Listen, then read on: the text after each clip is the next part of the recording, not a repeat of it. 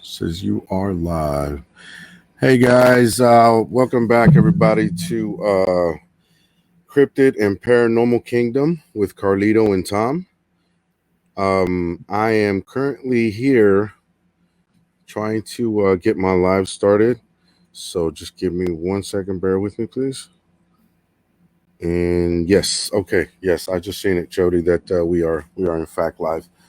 Okay, so hey everybody, welcome to the show tonight, and I hope everybody could make it. Every person that I invited, all my friends and crypto maniacs, friends of mine.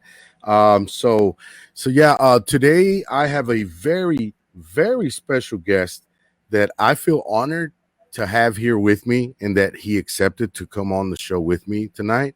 I invited, well, actually, I set that up like maybe a week ago, and I'd also like to thank Bettina Moss, because she's the one that helped me, talk to Joedy. And she put in a good word in for me, and she asked him if it was okay that that I could talk to him and maybe invite him to my show. So guys, without further ado, here's Joedy, and I would like him to tell us how he's doing. Hey Joedy. Doing good. A little tired, but doing good.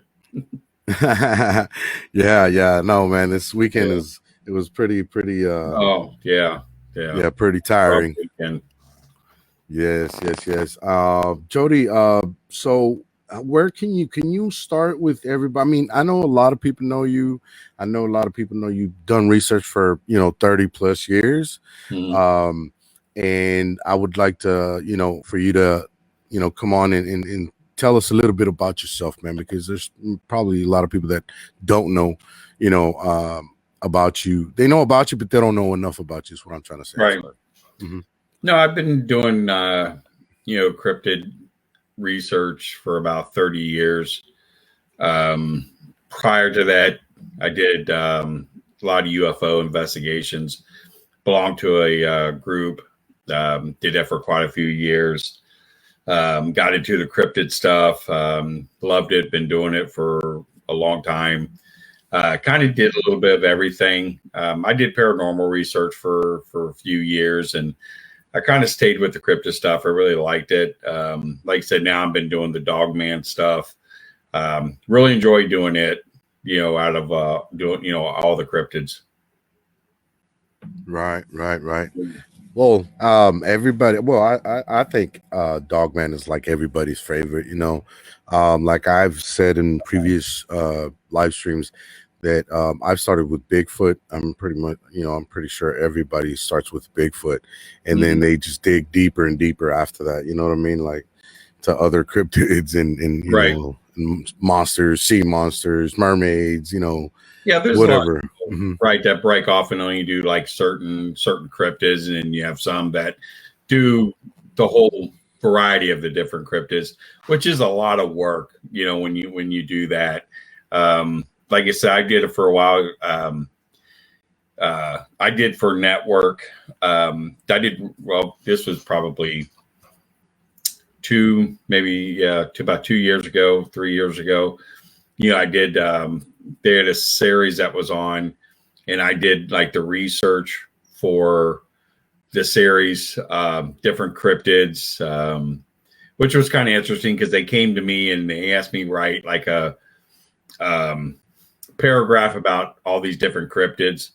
And after that, I had to give some more background about it and get people who have had sightings and stuff. So it was first series that was on probably about 3 years. So yeah, it's fun, to do it. Right. Yeah. Also, I wanted to ask you, Joedy, this is just like my personal question. I know I've seen that you've been researching for 30 years, 10 on Dogman and 20 on Bigfoot and paranormal. Right. But how do you feel on that? Where you being the one of the I guess you could say owners or top dogs on NADP. How do you feel on these creatures? Like, how do you feel on these cryptids? Like, do you still love what you do? I did. Or do you get tired? Like I said, that the UFO stuff, I was, like I said, I was doing that for quite a few years. I was kind of getting burned out on it, and got into the Bigfoot stuff because we were getting reports of Bigfoot with the UFO stuff. Okay. So I kind of went in towards that way and been doing the Bigfoot stuff for years. And it's just that, the Bigfoot field really got really political. I mean, really political. And it got to the point it just wasn't fun anymore. That came to the whole point. So, Dogman was kind of a new cryptid, and I even knew about Dogman years before I was getting in to do the Dogman stuff, because I was getting reports when I was doing Bigfoot stuff, and kind of fell into it. And like I said, I love the Dogman stuff, but again, the fields, turning, which was really positive, to getting really negative, because there's just so much controversy in the field right now. And you have too many people who are, sitting behind a desk in front of a PC, computer, doing research, and they think they know everything about it. And they've never set foot out in the field, and they believe everything that is told to them, without doing any following the research. Okay. And that's the biggest part of the problem, is that nobody wants to follow the research. I'm not saying just because, like myself, who's been doing this for 30 years, or somebody else who's been doing it for 30 years, I'm not saying don't believe us. Okay. Do it yourself. Do the research yourself. Follow the research. That's all you have to do. And it's getting to the point, people they want to rely on YouTube. They want to rely on these radio shows, these other shows, that talk about the subject all the time, and go by what these people are saying. And it's like, oh, I believe it. I believe this. I mean, regardless how ridiculous most of these stories are, that these people are coming up with. And it's just, they need something to grasp on, I guess. I don't know. But, the thing of it is, do the research, follow the research. Right. That's all you can do. Right. Well, yeah, I mean, that's the best way for anybody to really, that really wants to get into this and really get down to the, to the nitty gritty, is go out there yourself, Go, yeah, that's not, you have to go out to the field. You have to talk to people. Mhm. You know, you have to follow, you know, your research, and you have to, you know, work with other researchers and trying to find a common, you know, goal to what you're doing, but don't rely on, you know, YouTube and, you know, some of these other shows that are out there on, you know, telling you the truth. You know, get out and do it yourself. Right, exactly. Because well, I did want to ask you, like, what have you because I've really never heard anybody really talk about this, but have you or any members of the NADP ever had anyone come up to you and say, "Hey, you're a bunch of BS. We don't believe anything you're saying. I don't know why you're trying to get this out there where none of this exists." Yeah, I mean, have you ever had that? Like, Oh yeah, I mean, you know? you got people who got really who gets upset with us, you know, Mhm. because, well, you know, we were talking earlier about, you know, one of the podcasts about the LBL, you Mhm. know, and we were the only organization that came out and spoke out against it, and we are the bad guys because we, you know, we're not, we don't believe the story. Mhm. You know, we found holes in the story. So we're the bad guys now because we're questioning a story that none of these people who believe them has ever got out into the field and actually followed the research. They Mhm. follow the research from YouTube and they follow the research from different podcasts. And they think that, you know, that's it. That's all they need to do. You know, they never got out and did their own investigation and look, you know, got their boots on the ground. And so, Right. you know, they want to sit there and, you know, blame us because, you know, they want to believe so bad that, Mhm. you know, these stories are true, Mhm. you know, and it's just it's ridiculous. You know, so yeah, we get that, you know, but you know what? The thing of it is, you know, at least we're doing what our job is, and that is to follow up on stories, you know, and question things that just aren't right. Right. Well, see, it's funny that you were saying because I've been a big believer all my life of Bigfoot and cryptids since I was a kid. Um, Me and Tom are pretty much the same. Where we used to go to the library and Mm-hmm. check out books back in the early '80s. Right. On Bigfoot, Nessie, Dracula, vampires, whatever, werewolves, whatever. But and we've always wanted to believe in this kind of stuff, and in the like the movies, they were really cool because we were like, man, what if that was real, even though we knew it wasn't real, but what if it was real, right? So that's what Mm-hmm. kept us like in the you know uh in the intensity of believing in them or wanting to believe in them. And then when we ran into like Dogman or of actual cases of people saying that they've encountered these creatures, then we were like blown away. We're like, what? So everything that Yeah.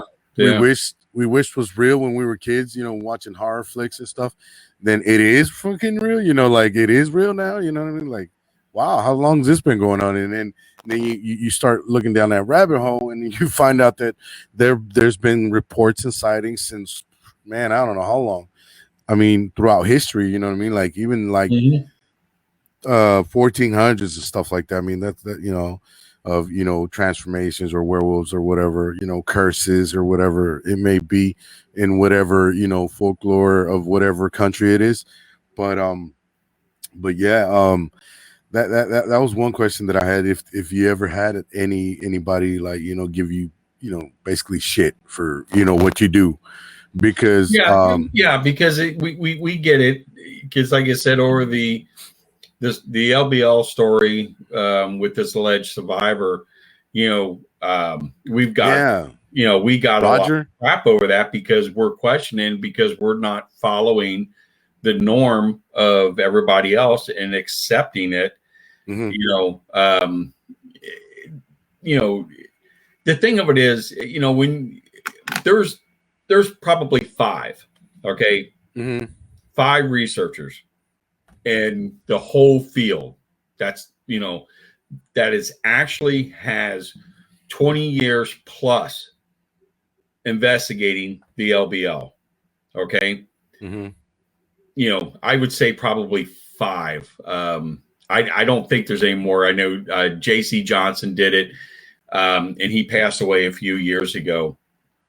But, when you have all these veteran researchers following this story, okay, and the story has never changed, okay, Mm-hmm. you might have 1 or 2 small details that someone else heard, another researcher heard that you didn't hear because of their witnesses, okay. Mm-hmm. Excuse me. And somebody comes along, okay, out of the blue and tells a story that's complete 360 degrees from what everybody has ever known about the story, okay. Mm-hmm. So, and he's just coming out of the blue, okay. But here's the thing, I have witnesses who are police officers who claim they were there. All right. Mm-hmm. Kimbo has witnesses who work at LBL and who are police officers that were there. And so does, some of the other researchers. Well, if these people are so afraid for their life to come forward and talk about this on camera, mm-hmm. okay, then if these individuals are, like I said, so afraid that they're going to be taken out, and then we get this guy who's a witness, right. And talking about it on every single platform he can talk on, okay, mm-hmm. Right there goes to tell you, if these witnesses are scared to death to talk, so why is this guy coming out talking? I mean, it just doesn't make sense. His story does not match up to anything. He doesn't, I mean, the whole situation just doesn't sound right. Mm-hmm. Okay. And, he's a smooth talker. Okay. Mm-hmm. Able mm-hmm. to convince people because he can be calm. He can be gentle, mm-hmm. And get people to sit there and believe him, but the facts of it is the facts doesn't add up. Right. Yeah. Facts add up. Okay. Mm-hmm. If, like I said, I've been doing this since 1987. Okay, studying LBL. Okay, if anything he said was true, I would have heard something one mm-hmm. way or another. Okay, within those 25 years. Right. I would have heard something that he said, and there's nothing. Okay, and he's claiming that he's a survivor of an attack. Okay. Which there's 2 weapons involved. There's a child there with a gunshot wound. Okay. His fingerprints are on the shotgun. Okay. The police wouldn't have cared, wouldn't have gave a crap about a story about a monster. Mm-hmm. They would have hauled his butt in and they would have sat there and, had him as a prime suspect to mm-hmm. a murder. Okay. But what he doesn't understand is, see, he's going to go on TV. Travel Channel came to us about doing a show, okay, about Land Between the Lakes. Well, this mm-hmm. guy's story got out, so they want his story on there on the show, okay. So they don't want us to collide with each other on the stories. They basically want to give his story. They want us to give ours, but they don't want no controversy about the story. Well, what he doesn't understand, when he starts claiming all this stuff on live TV, mm-hmm. Some agency's going to sit there and question it, especially if it hits the media. The media is going to want to know why the police never did anything, why the FBI never did anything. And mm-hmm. this guy, he's opening himself up, for, a lot of legal issues. Because he's basically a survivor of a crime scene and he's admitting to it.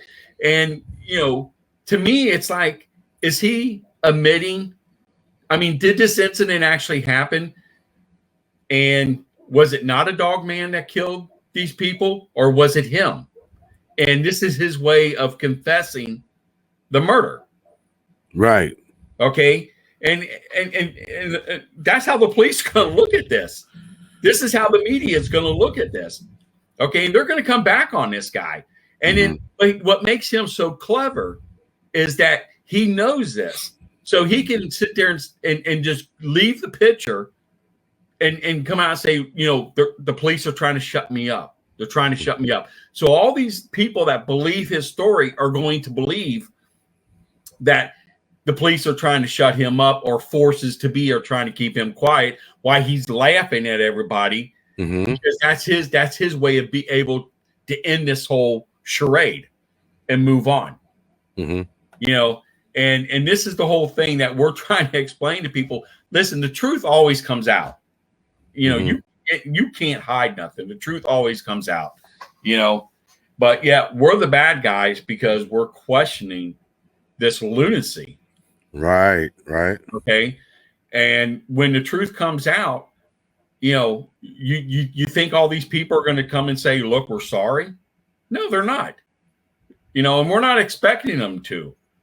Okay. But the point of it is, you know, it's you know, follow the research. The research will put you in the right direction and tell you where the truth is. Stop listening to YouTube. You know, these shows about Dogman on YouTube and these all Dogman, you know, YouTube station or radio, blog talk radio stuff that, you know, that brings these guests on with outlandish stories. All right, because you're just going to sit there and think that's what it is because you don't want to take the time to do the research. So, sorry, I didn't mean to rabble on there. No, it's perfectly fine. You know what, and I'm completely with you on that because I think this guy really didn't think it through. You know, I don't think exactly. I'm sorry, I didn't mean to interrupt you. But no, it's fine. No, I don't think he. No, what it is, he did not think anybody was going to question it. Right. To the point that it is now. Okay. Now he's claiming that the network is going to pay him over $20,000 to do the show. Okay. And he claimed that on a radio show that he was going to donate it, you know, to Johnny Henderson's wife's funeral, who just recently passed away. But, you know, funny thing about it, the network doesn't know anything about that. You know, doesn't know anything about $20,000 plus that's going to be paid to him, right, for the show. So there's a lot of controversy that's going on behind the scenes, and you know, it's just like the network told him several times, stop going on TV, on radio shows, stop it, and he kept going on them.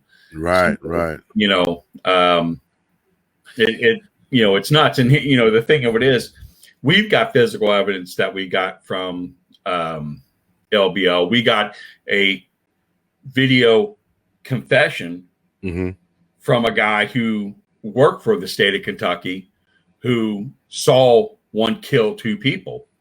Okay. And we have a video, and the network wants to use that. And I told the network, I said, let me tell you something. You're paying this guy $20,000 plus to sit there and tell, you know, a story that's not true. You're going to pay me $20,000 for my video and for us to show the physical evidence that we found on LBL. Okay. And that's when they sat there and laughed about, you know, the fact that, you know, him being paid, you know, $20,000 plus for his story. So, and right there's enough to tell you that, you know, he doesn't know what the hell he's talking about. Exactly. That's what I was going to say. I think it's all made up. I don't know if somebody might have, you know, talked him into doing that, maybe paid him some money, you know, just to kind of like discredit everything, all the research that's been done over the years. Jody, what do you think about that? Well, you know, our organization, especially me and Nick, have people have called us out to be agents for the government, in that the North American Dogman Project is a farce and it's a setup for the federal government, that we're agents, right? People's stories that the government is running it, right? Yeah, the government's running it, and because of this LBL story. Well, if you want to think about it, I mean, this guy comes out of nowhere Mm-hmm. and he's telling the story that's 360 degrees different. If anybody's federal government and trying to send out disinformation, it's him. You know, it's him. You know, right. You know, there's like no background history on this guy. No one. Yeah, he just came out of nowhere. Mm-hmm. Even the fictitious other names that he's been using, you can't find anything on him. You know, they're on Facebook. So that's not his name then. That's not his real name then. No, Roger's not his real name. Mm-hmm. Tyler is not his real name. He won't tell anybody his real name. You know, so you can look at his Facebook page. You know, he says he's going to show his face on the network, which I don't think he will show his face, because once his face is out there, somebody's going to come back and say, "Hey, I know this guy." You know, when he was 15 years old, you know, we lived in Mobile, Alabama, you know, or something to that effect. So, you know, he's going to do something where he's going to disguise his face, and he's not giving his real name. So, you know, yeah, and he's going to end up a farce that he really is. That's what. Yeah, I mean, and it's the only way I can see it. I mean, it's just it's laughable. Right. The amount of people that are buying this story. No, I didn't buy into it like the first time I heard it. I was like, nah, this guy is no, it doesn't add up. It's just the way he says it. No, it doesn't add up. And he's the only survivor. And you know, and like, you know what, but the thing of it is, no one heard about another child. Right. Everybody knows that little girl was in the tree. No one has ever heard about the dog man in the tree. Right. No one ever heard about shotgun wounds on the little boy. Right. You know, you know, the thing of it is that if his story is legit, okay, that would have been the original story that everybody would have heard 30 years ago. Right, exactly. 28 years ago. It would that would have been a story that every single officer would have known. Yeah. Okay. That every single witness would have known. Okay.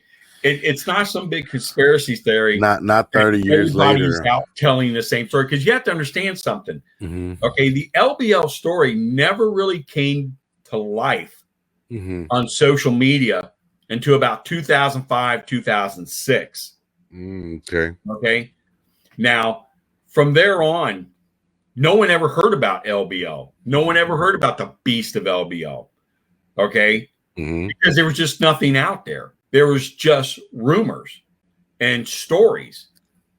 Okay. And then social media comes along, Facebook comes along, and now everybody's talking about it. Jan Thompson tells her story. Jan Thompson is literally the one that brought the story to life on social media. Okay. So if this, like I said, if this guy's story is legitimate, that's the story everybody would have followed 28 years ago. Exactly. Okay. So this guy, I'm telling you what he did. He followed every single story about LBL. He followed every single YouTube thing about LBL, and he put time into this story. He did research. I guarantee he put a year's worth of research to get this story right. Yeah. Yeah, he must have rehearsed that for a long time. I know he rehearsed it for a long time. Yeah. And he did it so well that he did not think anybody was going to question it, because the North American Dogman Project was the first organization or the first people to question that story. And let me tell you something. When I first heard the story back in December of last year, okay, this past December, I thought it was pretty legit. I mean, when I first heard about this from Crypto Study Institute, okay, right, and the way they were talking about it, and I was thinking, well, no, this has to be a total different incident. It has to be a different incident that happened there. So, but we'll find out soon enough. Yeah, exactly. We will. It'll come out to the light. Yeah. All right. So that that pretty much covers us talking about LBL in that Roger guy, which I really don't believe his his story. I don't buy it. But and I know a lot of people don't either. So I wanted to talk about another topic also with you, Joedy, about all the years that you've done research, whether it's been Bigfoot, Dogman, rake, whatever it might be, whatever the case may be. Have you ever ran into or personally talked to Native Americans? And if so, what have they told you? I mean, what information have you gathered for them? Like, as far as cryptids in Ohio, we have Cherokee and Shawnee. Okay. And we have a lot of powwows in the state of Ohio. And I have a group of people that I know that are Shawnee, and I've talked to them several times. One is an actual storyteller, and we have a place here in Ohio where it's Fort Ancient, which is a Native American museum, and it's about all the different Native American tribes and places where they were. They actually have mounds up at this museum. Wow. And I met one guy up there who was actual storyteller for the Shawnee Nation, and he filled me in on a lot of stuff, especially with Bigfoot. They looked at Bigfoot as another Indian tribe. They looked at him as human, even though he was different, but that's how they looked at him. He was one of them. He was, Native American. But they had battles with them, and they called them the Big Blue Giants. Okay. Oh, wow. So and in that museum, they have a battle axe there that they used to fight the Big Blue Giants with. And they fought over territory. They fought over food. They fought because they were taking their people and eating them. But, they always considered them as another Indian tribe. Well, the Delaware Indians, kind of looked at him as, evil spirits. They know that they were a solid entity, but they were some type of evil spirit. And so around their village, they would have these like totem poles. I can't say totem poles, but maybe like a large staff, and it had like a face carved. I have one that was given to me, and it kind of lets don't go past this area because that's where they are. And that was kind of interesting. And the Cherokee, which is really interesting, the Cherokee, they know he is a special being. Okay. They know that he is a mystical creature. You don't screw with him. You show him respect. He shows you respect. So the Cherokee Indian has a dance that's called the booger dance. Okay? And what the booger is the old man or old woman of the woods, which is Bigfoot. Bigfoot, yeah. That's what they call them, boogers, yeah. Right. So the booger would dance around with the children. The booger would have a basket on its back. So basically, what the booger is telling the children in the dance is, if you don't listen to your parents, you don't do what you're told to do, you don't do your chores and stuff, or if you go out where you're not supposed to be, I'm going to take you away. Oh, is that where that boogeyman thing came from? Comes from. Really? Exactly. Wow. Exactly. Yeah. I didn't know that. Wow. Yeah. And that was from the Native Americans then. It comes from the Native American, the booger dance. Wow. Okay. Yeah. Okay. Yeah. So that's kind of interesting. But never knew that. Yeah. So, they know about the star people, which are, aliens. The aliens. Yeah. Yeah. They talk about that. Yeah. Now, when it comes to Dogman, that's a little bit different thing. Now, the Shawnee knew of a man dog. Okay. Okay, which they had very small knowledge about because they never made a whole lot of contact with them. They only basically they seen them and they observed them, but they never had any type of contact with them.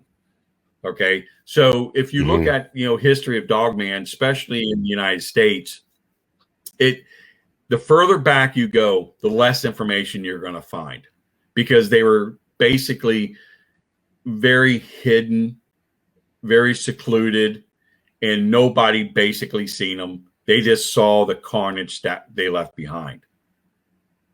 Okay, so that's how it is within the Shawnee Nation and here in Ohio. Now, the Cherokee, they really have not talked so much about it because, the Cherokee Nation was, they weren't a violent race. They were at one time, but they came more docile, you can say. Is that the Cherokee? The Cherokee Indians, yeah. As later, with, white man involvement and things like that, they became less of a hostile nation, and they really haven't had too much information out there about a dog man, but they do talk about like skinwalkers, which probably are the same thing.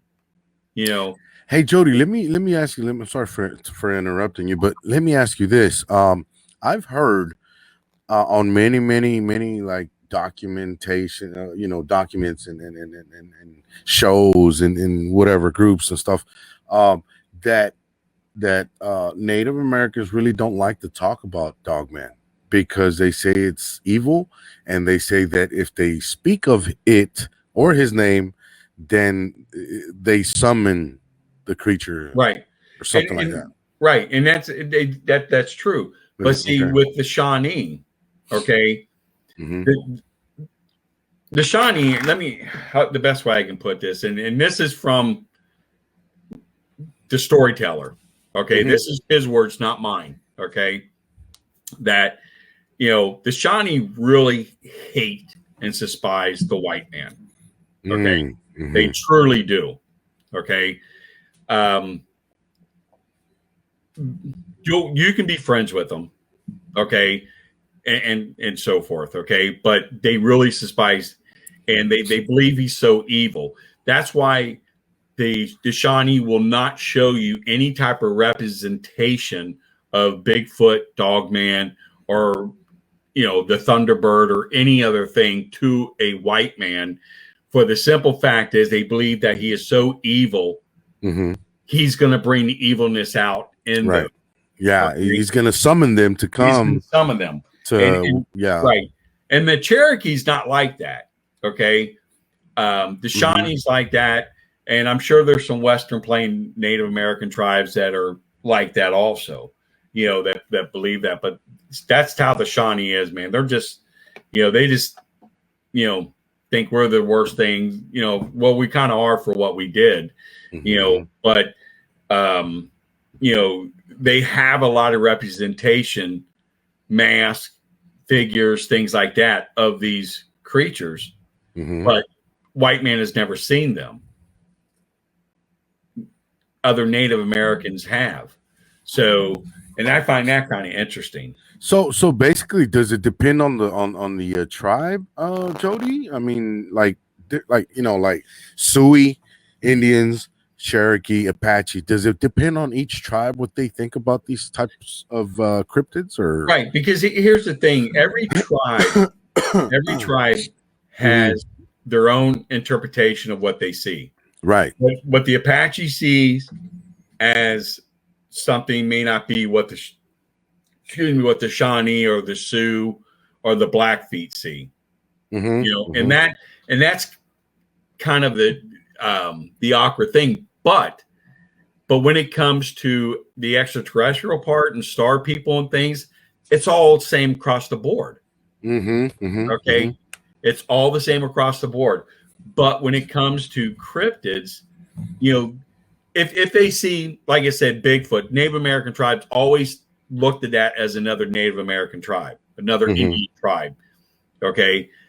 Some different tribes sit there and look at it as, you know, the devil or whatever, you know, an evil thing.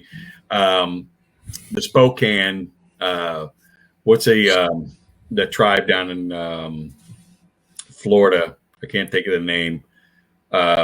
That talk about the skunk ape. Oh yeah. I can't think, but they look at it as, you know, as the devil. Yeah. Right. That's orang pendek, right? Is what they call it. No, orang pendek is well, like Malaysia, the Southeast Asia. Asia. And stuff. But it's skunk ape. Skunk ape is in Florida. Yes, you're absolutely right. Yes. Yeah. Wow. So like I have a person on the chat that a good friend of mine, David from Texas, he said the Wendigo was a curse from Indian folklore as well. Yeah. Curse for cannibalism. Do you know anything about that, Joedy? Yeah, you know, I haven't followed too much about the Wendigo. You know, I did write one book where I talk about it a little bit in there. It was just something I never followed because the Wendigo, I guess the best way to describe it, that's like the Native American devil. Like we have Satan, right? You know, theirs is the Wendigo, right? The Wendigo. Yeah, actually, I was going to ask you about that. Do you remember the movie or the show back in the day where it was the Lone Star guy? What was his name? The one that said "Hi ho, silver away." Oh, Lone Ranger. Yeah, Lone Ranger. There you go. And remember, he had his buddy, which was an Indian. He called him Tonto. Yeah. Okay, well, do you remember him? And matter of fact, they came out in the movie not too long ago, the new Lone Ranger movie they did, that he was always like talking about some type of like skinwalker type. I don't know if it was Wendigo or what it was, but he was always talking about like it was a bad thing, like some kind of witchcraft, guy, evil guy or something like that. Yeah, that I talked to a couple of different Native American tribes. When I was doing some research out west, and if let's say you and I are neighbors, and I got an issue with you over something, I can call Wendigo in. There you go, shapeshifter, to take care of you. Put a mojo on you or whatever. Right, yeah. That black magic. And actually, they said they use them as hitmen. They to kill. Wow. Yeah. Really? Yeah. I thought like, wow, that's that's kind of interesting. I've never heard that before. And then I talked to JC Johnson about it before he died, and he said, yeah. Wow. He said, yeah, that stuff happens all the time. Yeah. My good buddy Tom Cardos, he said Tonto called in all evil men Wendigo. Like, what I'm saying? That's what he was referring to, Wendigo. Yeah. And King Asabi. Yeah, there you go, King Asabi. Yeah. Yeah, I think it means like stupid one or something like that. Right. Yeah, it was really, no one ever knew that. It was a real derogatory. But how is that related to the Skinwalker thing with the Native Americans as well, Joedy? How is that related? Because I kind of like see Skinwalker related to Wendigo. You know what I mean? Like they go hand in hand. Skinwalker, you know what I mean? Skinwalker is someone that can transfer, to an animal, different animals. He's like I guess you can consider it either like a witch doctor, you can consider it to someone that is within the village that is doing black magic. And you have to understand, a lot of these people that were skinwalkers were banished from tribes. Okay. Because these are people that were doing things that, what was against right culture, and it was against their, I hate to use the word religion, but their thoughts. So they were like expelled from the tribe, they right? would expel them. But when it comes to Wendigo, like I said, the Wendigo is basically the Native American version of the devil, The or devil. something that is so evil, Right. that Evil, that possesses, that's Evil. able to possess the body. Evil-hearted, evil that has to do with evil. They Right. relate that to evilness, like the devil in their tribe language. Okay, I wanted to ask you another quick question because Tom is here right now and he wanted to know more about this. The Grassman of Ohio, can you tell us more about that, Joedy, please? Because I really don't know too much the about Grassman of Ohio, back in the early 80s, I was doing some research, and we were up in the northern Ohio area, a little bit south of Akron, called Canal Fulton, because they were having a lot of sightings up there. And how we got up there on we had a live TV show that we did the first Wednesday of every month, and it was on public access TV. So this guy called in, and at the time, the Cincinnati Gas and Electric basically did all the gas and electric work in the state of Ohio before they broke off into different smaller businesses. Well, this guy's up on a tower doing electrical work, and he's looking down and he sees this like an igloo type shelter. And he saw a female Bigfoot come out carrying a child. And it scared him. And he's sitting there watching this. So he stayed up on there for a while before he came down and left. And he told us a story. So we went out to this area and he took us. It was just me and George and this guy out at this area. Okay. Because Terry Enders, who came with us, was talking with another group of people at a different location. So we found this igloo, this grass hut. Okay. Very interesting grass hut. And it was completely hollow on the inside. There was an opening, which smelled really bad. And he said, this is where I saw this entity come out. Well, so we're talking with the local people, and they go, "Oh yeah, that's the grass man." We're like, "Grass man?" And he goes, "Yeah, it's a Bigfoot that lives in the grass, and we call it the grass man. We've been calling it grass man, ever since I was a kid." So I'm like, "Well, that's really interesting." Well, I was, doing some research, and George Clapson, who's working with me, we're doing research here on the name Grassman and the history of the people up there to kind of figure out, a little bit about this. Well, what we found out was that most of the people in Ohio are either English, German, or Dutch. Okay. And they're broken up in different pockets in the state. Well, the Dutch is like the largest group of people that's in Ohio. Okay, that's where you get your Amish and your Mennonites and so forth. So the Dutch that came to Ohio came from South Africa. Okay, the Dutch occupied South Africa. That was a commonwealth. So when people were coming to the United States, after the War of 1812 or after the Revolutionary War, they were coming from all over the world, but the Dutch were coming from South Africa. Okay. So they had a name for a creature in Ohio they called the Bojesman. Okay. And there's actual fact to that. William Vanderbilt was an Ohio author in the 1800s. And he wrote a book called A Buckeye Boyhood. Okay. Now you can find the book. It's a rare book, but you're going to pay money for it. Okay. But any library in the state of Ohio will have at least one copy, but you can't take it out. You have to read it there. But in the chapter in the woods, he talks about him growing up, okay, in Cincinnati.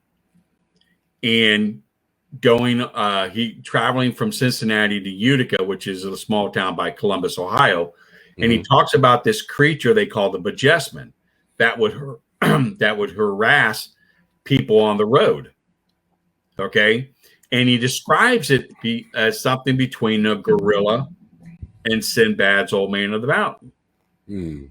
Okay, so he's describing a Bigfoot. Mm-hmm. Okay, so that's the first document of a Bigfoot in Ohio in this book. Well, the reason why they called it Bojesman, because Bojesman is a South African word for bushman. Oh, okay. Okay. So in South Africa, there's an area called Giant Castle Pass. Okay, where they've had sightings of what they call giants in this area. They have petrified footprints, in the mountains. There's actual cave art of giants in this area. And Wow. some of them are described as like a very large Bigfoot, big hairy body. And so they knew about this in South Africa. So when they're seeing it here in the States, they're calling it a Bojesman. Well, through time, when people lose their, native tongue and they start speaking more English, and everything's getting translated. So it basically went from Bushman to Grassman. Oh, okay. So that's how the name came about. So I was the first researcher in the state of Ohio to ever use the word Grassman on a TV show or even in a book or magazine article. Mm-hmm. And I got laughed at about it. Literally laughed at. The Grassman, he must be smoking weed. Yeah. I mean, but now, everybody uses it. Right. Uses the name Grassman. Mm-hmm. So, yeah, interesting. Wow. A friend of mine, David, he said Willie Nelson's the ultimate Grassman. He made a joke out of that. Yeah.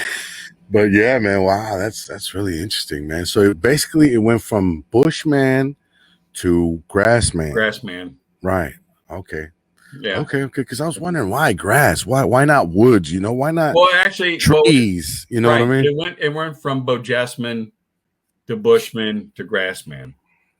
Mm-hmm. So it had a large transfer there. Right. Yeah. That's awesome, man. I like that. Thank you very much, Joedy, for that information. Also, I wanted to touch another. So we won't have, because I know you're on a little bit on the time and you're really tired tonight. But I just wanted to make two real quick topics that we can talk about. Mm-hmm. Texas sightings as far as Bigfoot and Dogman. What do you know about that? Well, or what do you think? I know very, very little about Bigfoot and Texas. I know there's a lot of sightings. Don't get me wrong. Right. Okay. We have. I mean, when I was doing Bigfoot, I've got a lot of reports right around the Louisiana, the Shreveport area, and so forth up through there. Now I know the Apache Indians talked about Bigfoot there, but when it comes to Dogman, that's a whole different thing. I mean, we are getting reports from guys who are with the Border Patrol, right? That are seeing these things. Literally, wow. I've got a friend that I worked with in a different job here. Let me try and think here. How long ago? Over 20 years ago. And he's a Border Patrol agent. And we talk, and, he's telling me that some of the crazy stuff. He said, we all know this thing's there. We've seen them. When people see them, they stop, they let the thing pass, and they go on. For a point there, they were reporting it, and it got to the point the reports are just getting so overwhelmed and stuff. They just stop it. And then they said they're finding people along the border that were just literally ripped apart. Wow. Yeah. Around the border area? Yeah. Like Texas to all the way to California, or the different parts of Texas border. right? You know, Right. you say, yeah, he said it's nuts. They these things are running in packs down there. Wow. He goes, I've seen one. They look like werewolves. They're able to run on two legs. He said they're huge. You know, wow, dude. we were told not to kill them unless our lives in danger, because all they're doing is just harassing it. And if they're the way he explained, he says they're intelligent. Okay, they're extremely intelligent. So if they see us kill one, they're going to come after us because they're going to recognize us by our vehicles, or whatever, and they're going to start retaliating against us. So they were told never to shoot one unless it was absolutely necessary. Right. Hey, Joedy, do you think just like dogs, because they're like basically from the dog, family, do you think that they have like that extra keen smell, like just like dogs, that they can recognize you from, I don't know, I'm going to say a good distance where humans can't, like they can smell you? Oh, I think they can. And he's even said that to me, where, that one particular female agent was being tracked by one of these. Wow. Yeah. And they ended up pulling her off the border and putting her in a different part, because these things were constantly, following her, and she was feared for her life. And you have to understand, at the time, and even still today, most of these, agents are one person. Wow. And he said in certain areas there are two agents, for the amount of sightings that they're having. And he's not the only one, because I had to literally con him into telling me this, because I'm getting stories from other Border Patrol agents. I'm getting stories from other law enforcement officers in Texas about these things. Wow. And it took him a while before he was even able to, let me know what's going on. Yeah. So did they tell him not to say anything? I mean, most likely. No, they're not allowed to talk about it. Yeah.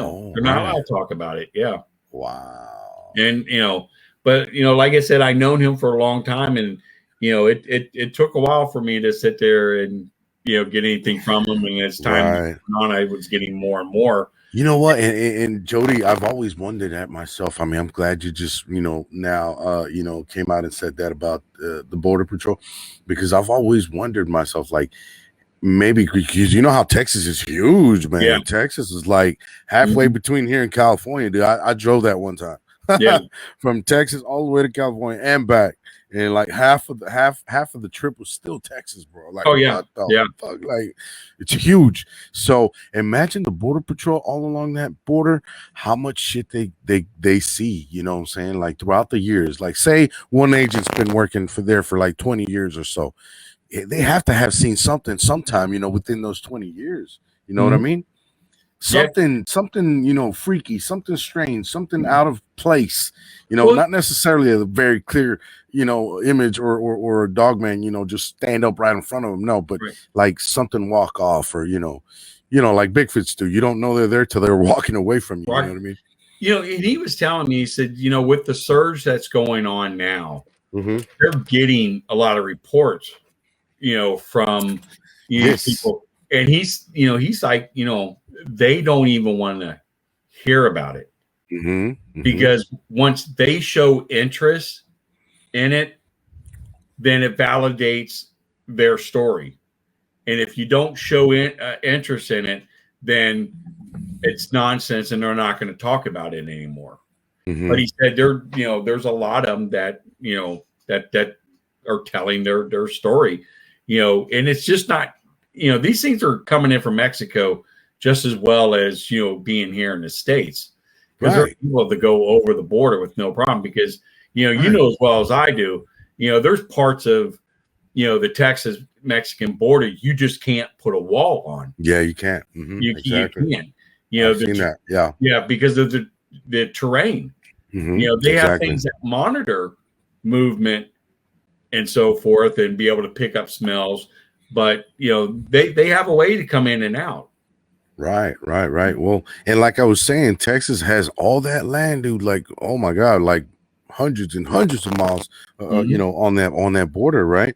And so all of that's like woods. You know what I mean? There's creeks, there's rivers, there's woods all around that border. So somebody has to have ran into something there, whether it be Border Patrol or even the immigrants themselves. You know what I mean? Like an attack or something. Even like law enforcement agencies. Yeah. I mean, everybody has seen some. Even Bigfoot is not an uncommon thing to be seen. Right. Probably some other different cryptids. Even UFOs or something to that effect. I mean, I know. You take Louisiana for an example. Louisiana has a lot of reptilian sightings. And really? Oh yeah, yeah. I mean, more there than any other cryptid. Now, there's a lot of dogman, sightings in Louisiana. Yeah, there is. Even Bigfoot. But when it comes to reptilians, creatures, there's a lot of them. I mean, there's a lot of them. I had a couple friends I was in the Army with when Katrina hit. Okay, and he would, it flooded. I mean, it flooded everything, and he was telling me. Well, they were both telling me that they were getting sightings of these reptilian type creatures that they believed that lived underground. And when everything got flooded, they basically came up. I mean, they're seeing these things in groups, large groups, moving, and he was saying that he goes, I'm going to tell you something. You remember when they took all the guns from people? And I'm like, yeah, I remember that. He goes, the fact that they took all the guns from people had nothing to do with, shooting people that were breaking into things or, safety or anything like that. He said the biggest thing was they did not want somebody to kill one of these things and it ends up on the news. He said that's why they confiscated guns from everybody. He said these things either were extraterrestrial or something, because he said we were on patrol one night and we came across a group of them and they looked at us, we looked at them, and he said we couldn't move. He goes, they like literally froze our body, not our mind, not our eyes, not our smell, but basic our bodies, until they moved out of the area. And he said we were able to get motion again. Wow. Yeah, he said that it's nuts. It's nuts. Wow. So, okay. Hey, I did want to. I just wanted you to finish, but I wanted to ask you when you were talking about Louisiana. Joedy, have you ever personally looked into that Dogman Island being real down there in South Louisiana? I was down Louisiana a couple times. Okay, and I asked people about the island. Okay. Because that was a damn good story. I wish it was real. It was a good story. It was a good story. It was. I never talked to Darkwater about this. I talked to a couple of his different friends. Like I said, no one ever knew anything about a island of Dogman down there. No, they knew Dogman was there. Okay. They didn't dispute that, but they never heard of an island where Dogman was, and so forth. So I, 3 times that I was there, I've never heard anything about it. I'm not saying it doesn't exist. He said right, and I've even looked for it on Google Earth, man. That's how much I'm into this shit. Yeah. But he says it's I don't know, 10-15 minutes south of whatever city or town he named, and I Yeah. looked at and I found that town and everything, and I went south of that, like into the actual, bay, and I found one that's really, really secluded, like one little island that's in there. But actually, there's a couple of them. There's not just one. There's a couple of those Right. islands, And it's through a river, but it's the island right in the middle of the river. So right. and there's a lot of them like that. So yeah, then there's a lot of them like that. So Yeah. for these things that live on an island, it's going to have to be a big island. Yeah. Okay, it's going to have to be big. Yeah, it can't be small. Yeah, and like I said, the people down there never disputed that these things weren't there. But no one had told me they ever heard of an island of dogmen. Mm-hmm. So I like it, but there again, it doesn't mean the story's not true. Right. Okay. So maybe he lucked out and talked to the right person, but I think he had to pay for the information. Right. Yeah. He gave the kid like $500 or something. Yeah. Like that. Oh, shit. I would never have done that. I'm sorry. I mean, but I don't know. It's just, to me, it's like too good to be true, because it's a damn good story, man. I wish it was true. But yeah, he said he couldn't disclose the location, the exact location, because he doesn't want people going out there. But I was like, man, I wish he would give us an idea. Yeah, but the thing of it is too, he may not give the right town or right either. Right. Yeah, that's true. So basically, what you're gonna have to do is do a Google Earth search, around, for islands and stuff. And the thing of it is too, you can do a search on, a Google search on how many islands are in Louisiana, and it will bring up everything, and it'll tell you where they all are. And then you could do a Google search that way. Right. But like I said, I don't know. It's that one in the what's the ranch story? Yeah, that ranch. The siege of something ranch. Picket Ranch. Yeah, something like that. Yeah. That's a really good story. That's a damn good story too. Yeah. But like I said, I don't know. Like I said, I have nothing against Starkwater. Don't get me wrong. Right. Or anything like that. But that's the only story that I felt was just way too good of a story. I know, me too. Okay. I did. If there's bodies buried on that ranch, okay. I'll tell you one thing. He's damn good at telling them stories, man. He's damn good. If it's made up, they're damn good stories. Yeah. You know what I mean? But there again, like I said, you'd be surprised on on how much a lot of these stories are true. Right. But like I said, that one, that's the only one I have issue with, because of the bodies being buried on the ranch there. Somebody would have had to know, because somebody would have been curious and dug the damn things up. Yeah. And then the uncle's just shooting away, boom, boom, boom, all night.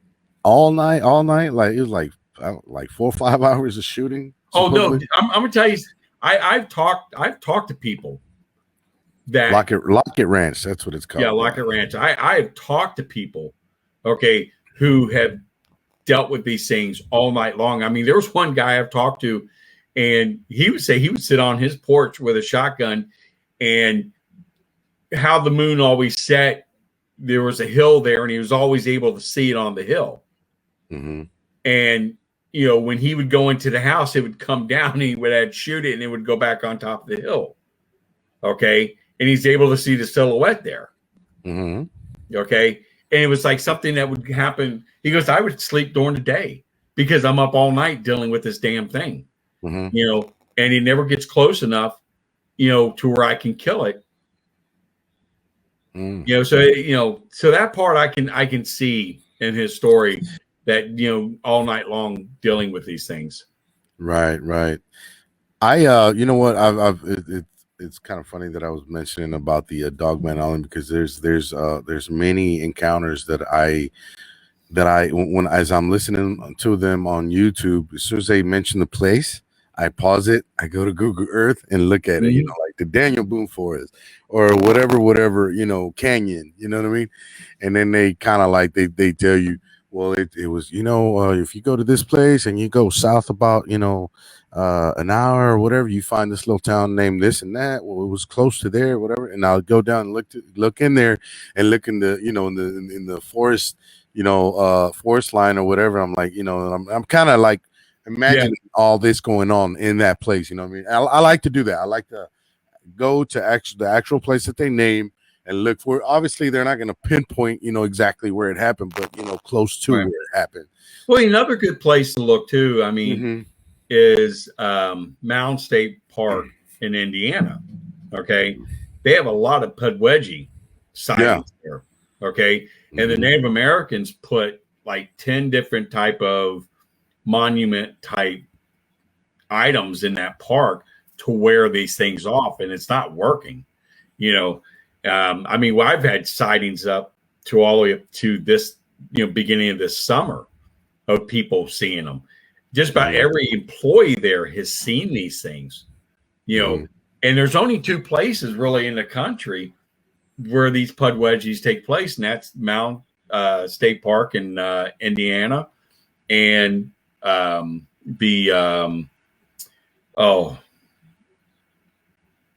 I can't think of the name of the triangle thing up there in New Jersey. Just on a slip of my tongue. Tom would know the answer to that because he's from New Jersey. Benwater Triangle or something like that. I can't remember. But there were the Jersey Devil and stuff like is that. But there's a lot of Pudwedgie sightings and stuff at that area too. So I always tell people Google Earth Mound State Park and see if you pick anything up, because like you said, there's a lot of sightings of Pudwedgies there. Tom just posted Pine Barrens. Is that what it is? Yeah, the Pine Barrens, but they call it something. They call it the something triangle, and I can't remember what it is. Oh, okay. Yeah. I think I heard of that. Yeah, but that's another area. The Pine Barrens is where they have a lot of the sightings at. Right. I had a question for you real quick. I'm looking for it. Okay. It says is my good friend David. He says, does Joedy think the practice of voodoo, etc., have anything to do with cryptic sightings in Louisiana? Since we were talking about that. Well, here's the thing: what a lot of people don't know in Louisiana, especially in New Orleans, you have groups of people who are vampires, and you have groups of people who believe they're werewolves. Yes, I've seen that. Okay. I've seen that. And there's a lot of voodoo in play there. And they actually have, I hate to use the word war with each other, but they do. They fight each other. And if you talk to a lot of people in Louisiana, they'll sit there and tell you these two factions do not get along with each other.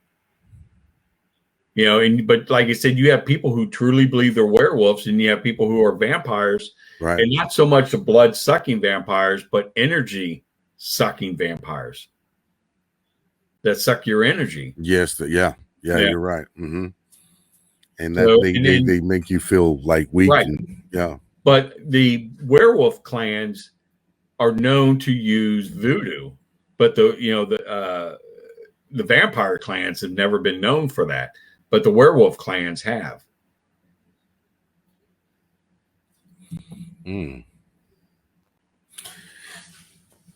Okay, so well, we talked about Texas because the reason is because I'm in Texas, so that's why I wanted to know about the Texas sightings, what you knew about Texas sightings. And I know you're from Ohio, so what about Ohio sightings? I'm pretty sure you know a lot about those, right?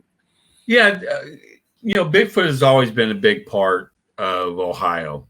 Okay, we knew that from William Vanderbilt's book, Buckeye Boyhood. So, like I said, it's very well known. Excuse me. But when it comes to Dogman, a few years ago, it wasn't really known as what it is today. But 1972, there was an incident that went worldwide. And it was the Defiance, Ohio werewolf case, where a werewolf which they describe as a werewolf, was harassing the town. Oh, wasn't that Georgetown? No, Defiance, Ohio. Oh, Defiance. Okay, okay. Yeah. And a lot of people don't know this, that when Stephen King was writing the book Circle of the Werewolf, he kind of based that off of the Defiance, Ohio case, because you can see a lot of characteristics from what really happened and what's in his book and the story. So yeah, it's kind of interesting. So that, like you said, it was a case that went worldwide. Everybody knew about it. Then you have like this Silver Creek werewolf, the Akron werewolf sightings, the Germantown werewolf sightings. Right. We have sightings here in Cincinnati. You have sightings, in northern Kentucky. So yeah, it's a very big hotspot.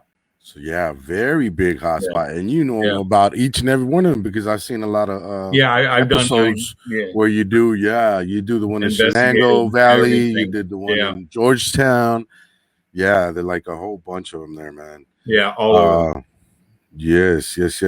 Somebody asked me, do you know about any? Let me see who it was. I think it was. I think it might have been Tom, because he's from he's in North Carolina. Yeah, Tom. I wanted to know any dogman sightings in North Carolina. Yeah, we have some on our website. Oh wow! On and actually, I just got one from Fayetteville. Yeah, 2 days ago, a sighting where someone actually saw 3 of them while they were driving. Their family, was driving down the road and saw 3 of them off the side of the road in Fayetteville. Wow. Yeah. 3 of them. Yeah. Interesting case. Yeah. Wow. Yeah, I've heard throughout the years of me looking into Dogman, which is like maybe about a good 6 to 7 years now. I've heard a lot of sightings in North Carolina. Lots of Alabama too. Yeah. Keller, Mississippi. There. Georgia. You have a lot of them. Yeah, the South is very well known for a lot of the sightings. Not as much as the North. There's a lot more in the North than there is in the South, but the amount of sightings are growing. Right. I've seen throughout the years, like there's more dogman sightings on the south part of the United States, like from California all the way to Texas and all the way to Florida and up to Carolinas. You know what I mean? Yeah. And the what's it called, that one, the Appalachian Trail. A lot, like and Tennessee, Kentucky, Mountains also. Yes, Pennsylvania, all that. Yeah. Yeah. But like the northern part of the United States, like from all the way from California and whatever on that Washington, I think it is. Yeah, Washington, all the way to New York and Washington D.C. And on that area, it's been more like Bigfoot. To me, I don't know why, but like the Bigfoot's the Pacific Northwest is very well known for Bigfoot.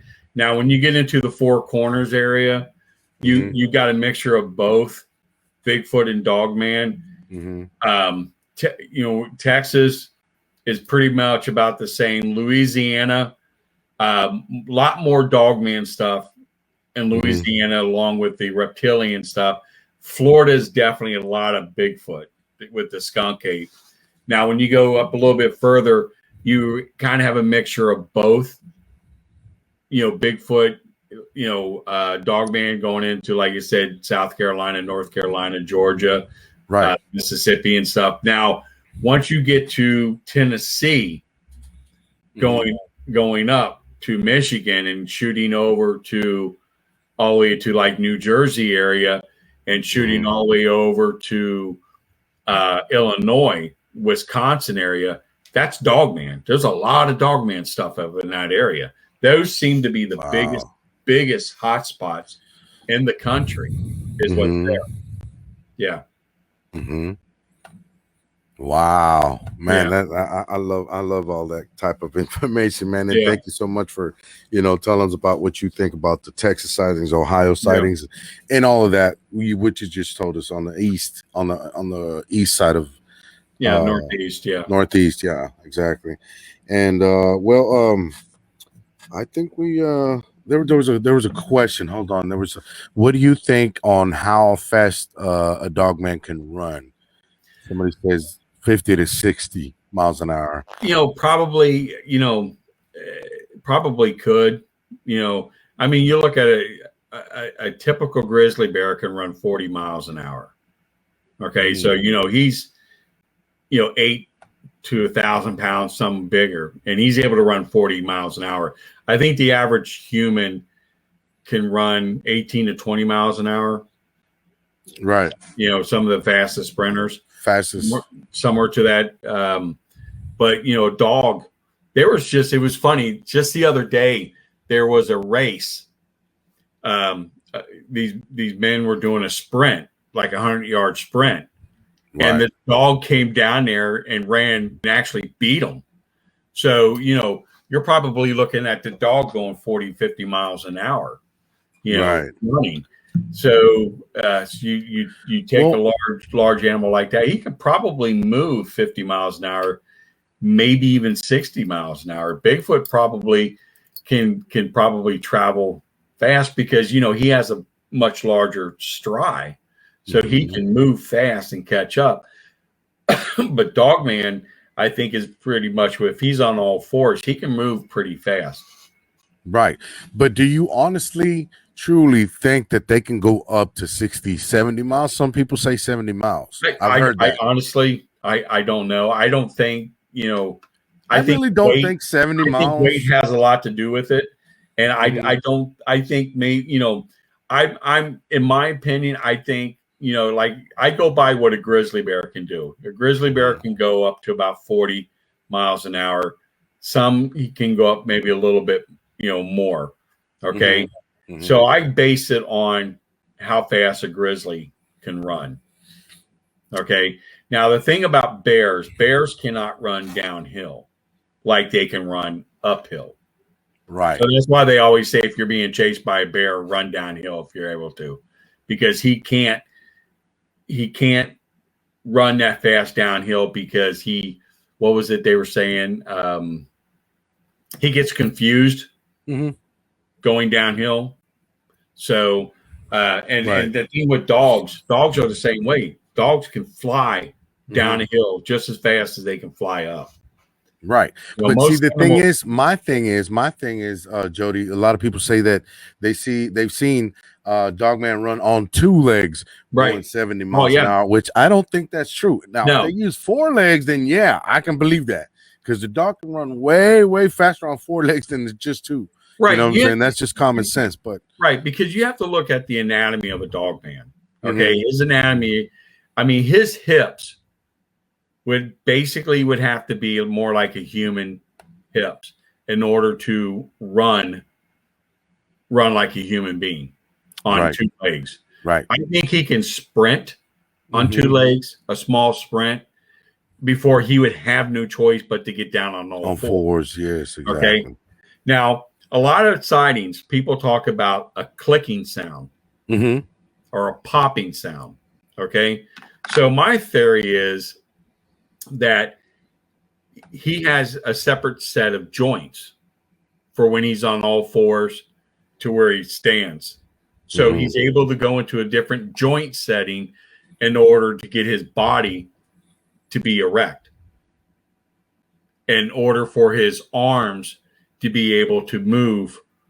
Because most dogs, if you hold a dog up, his arms go out straight like this. Yes, Okay. Or yes. they go like this. Okay. It's just because how their rib cage and their shoulders are set up. So if the dog man, okay, if he's running on all fours like this, and he's up and he needs his arms to go out to the side like this, he's going to have it put it in a different type of joint in Hmm. order to do that. Hmm. Okay. So that's a theory. Okay. It's just a theory. Hmm. Now, when people talk about they shoot Dogman in chest and nothing happens. The other theory that I have is that his rib cage, like the sternum, we have a sternum, okay, which is a piece of bone that goes here, okay, and it's probably about maybe that wide, okay. I think Dogman's is much wider. I think it basically covers the majority part of his chest, and it's very thick. It can absorb a gunshot. Okay, it's protecting the rib or the heart and the lungs. Okay, now if you ever talk to people about Dogman and the way the body looks, he has a small rib cage.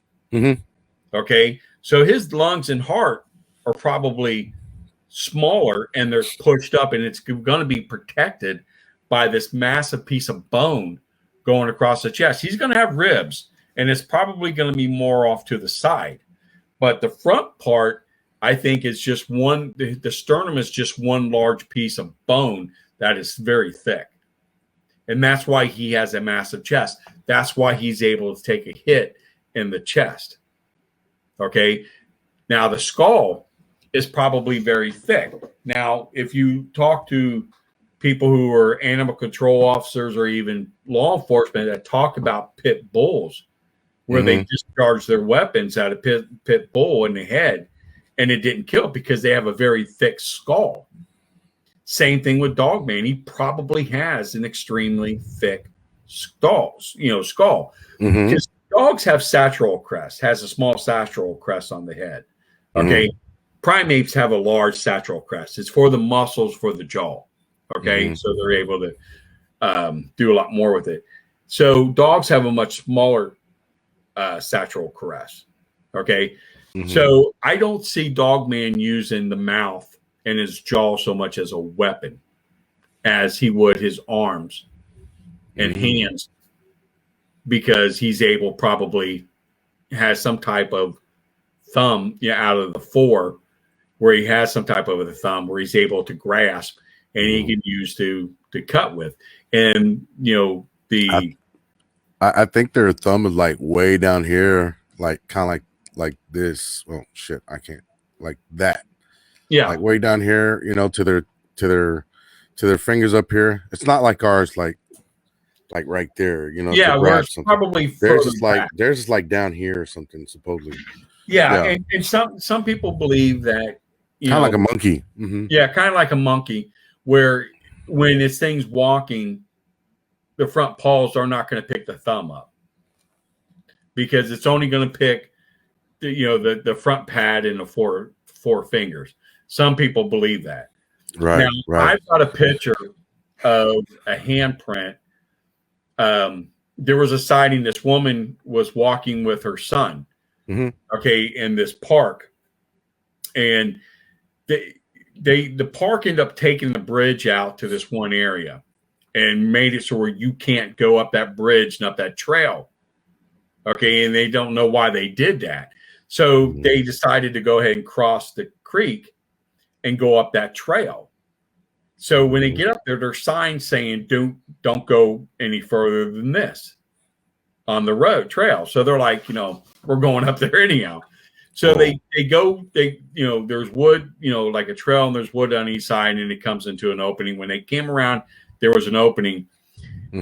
She said there was 4 werewolves.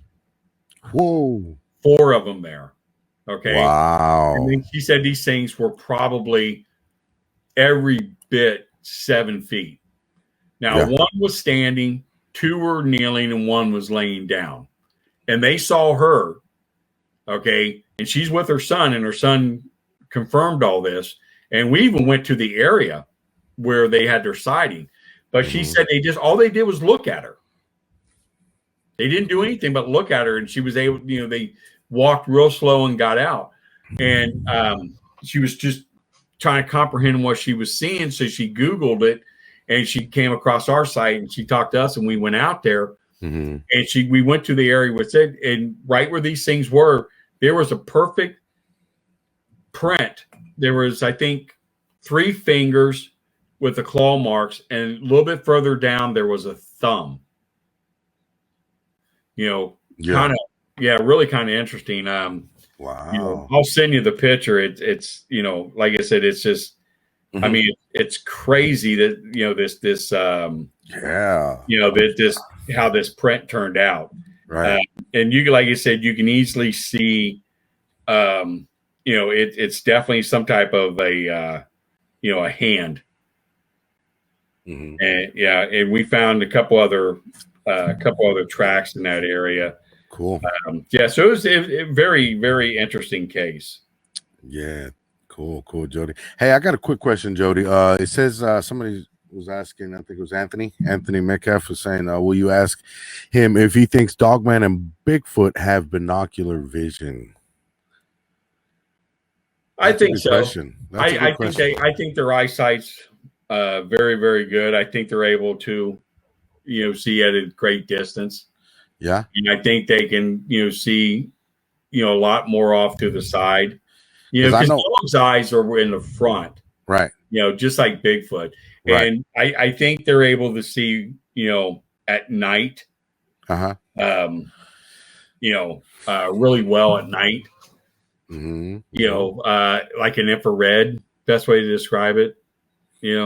Okay. So, man, God damn, that's crazy. I sent you a picture. Okay, yeah, I just seen you sent it to me. Thank you.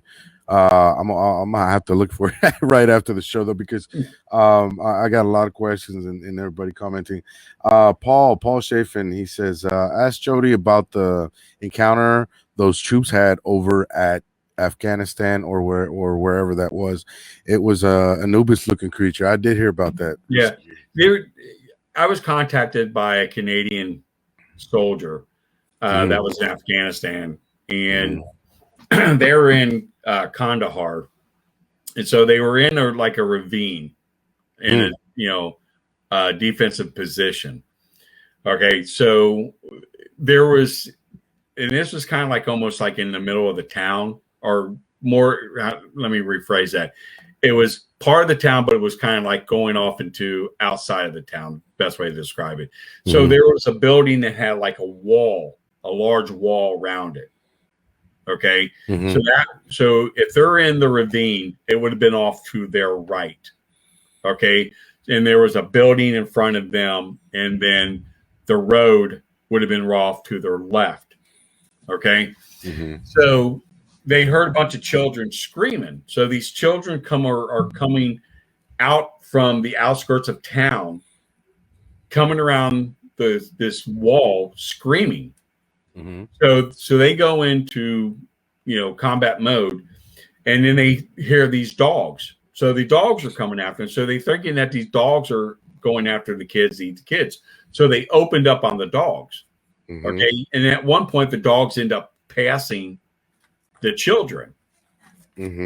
Okay, so they figure, well, there's something out there that's getting ready to come around. So one of the guys did was pop smoke. And he said, as soon as they popped smoke, he said this large figure came out. He said it was black. He looked like Anubis. It had high pointed ears. It had this snout. He said this thing was probably about 10 feet tall. He said it was wearing like a skirt type thing. Like they described it like a pharaoh's type skirt. He said they were scared, and he said they opened up on it, and it just stood there, and they don't know if they hit it or not. And he said it just went, back into the smoke again, and it was gone. Wow. Yeah, he said that was weird, but he described it. He said we described it as the Anubis. Anubis. Yeah. Wow, that's crazy. Yeah, that's crazy. Yeah. Man, I had another question. Tom said the Kandahar Giants, are they still real? Yeah, are they real? I had a nephew that served in Afghanistan. I was in Iraq. So I talked to a lot of different veterans, and everybody was briefed on it. Thank you for your service, by the way. Briefed on when in Afghanistan, you know, but there's a lot of different rumors about it. You have to understand, Kandahar Valley is where the giant is. A lot of weird stuff happens there. A lot of UFO sightings, a lot of dogman type sightings in that area, as well as the giants. There's even rumors that they found a spacecraft in a cave there, an ancient type spacecraft. Wow. So yeah, I mean, you get all kinds of crazy stories that comes out of there. One guy I talked to was a U.S. soldier, had a sighting of 2 werewolves, is the way he described it, wearing like body armor. Wow. So yeah, pretty strange stuff that comes out. Touching on that subject, and before I forget, thank you for your service, by the way. Joedy, you and Alfred Santorigo are really good friends of all of us, and everybody's in the chat. And thank y'all for your service this Memorial Day weekend. Thanks to you guys. Thanks. We can celebrate that. And so I was gonna ask you about where you just touched right now about the Anubis. Do you think Anubis, the god, had anything to do with the God Man, or was just a mythological person, entity, or whatever? He's the god of death. Okay. Oh, he's a god of death. Yeah, he's a god of death. So yeah, if you go back and you look at history of dog-headed men, okay, there was a tribe of dog-headed men that lived in the mountains of Babylon. Okay, with in Mesopotamia, which was modern day Iraq. Okay, and they would come from the mountains and trade with the people. And there's even artwork you can find, about this. Even they were even in the museums there in Iraq, and some of the stuff that wasn't pillaged, have artwork showing these dog-headed men, and interacting with the people. So it's nothing new. Saint Christopher, the original Saint Christopher, was a dog-headed man. And the story behind that, he was from a race of dog-headed men that the church killed off, and he was the only survivor. And he was captured, and he was taught Christianity, and ended up becoming a saint. And at one point, they had to end up taking his dog head off and putting a human head on. But you can find original pictures from the Vatican of St. Christopher having a dog head. Wow. Hey, someone asked, does Joedy know about the discovery of Nimrod's tomb in Iraq? I don't know. I haven't heard anything about that. I haven't either. I honestly, I can't even tell you what Nimrod is. I don't think I've ever heard that one before. I've heard of the name, but I don't know what it really, pertains to. Yeah, I know they found Muhammad's home, the Prophet Muhammad. They found his house when we were there, because we all got to go see it.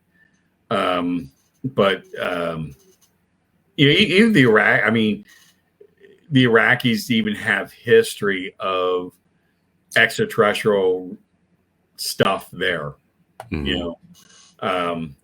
Even some of the artifacts that were in the museums there before they got stolen when the invasion started,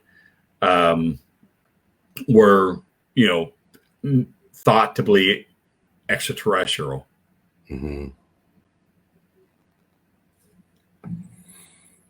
Somebody said cynocephaly. Yeah, that has a lot to do with also with the what did I just say, Anubis relation, the cynocephaly of that type of I guess you could say people from then. But yeah, I'm trying to look for a question. Somebody had a really good question, and I just can't find it anymore because the comments are like pushing it upwards.